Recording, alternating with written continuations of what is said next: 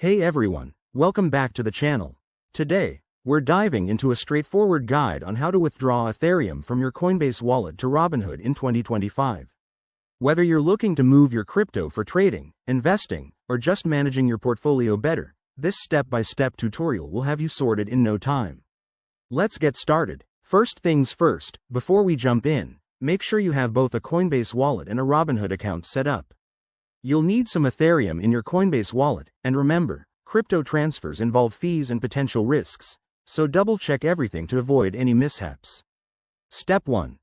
Open your Coinbase Wallet app or website and log in securely.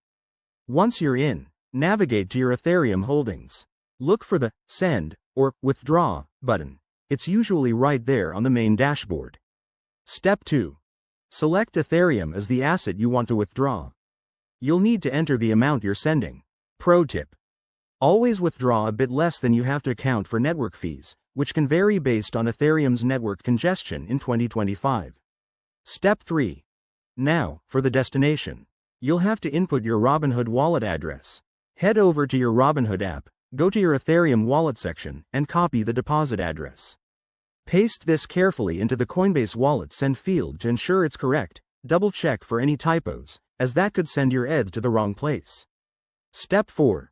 Review the transaction details. This includes the amount, fees, and estimated arrival time. Once you're happy, hit confirm. You'll likely need to verify this with two-factor authentication for added security.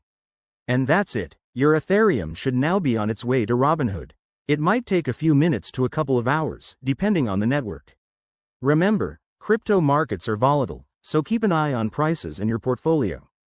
Thanks for watching. If this helped, give it a thumbs up, subscribe for more crypto tips, and drop a comment if you have questions. Stay safe out there in the crypto world. See you next time.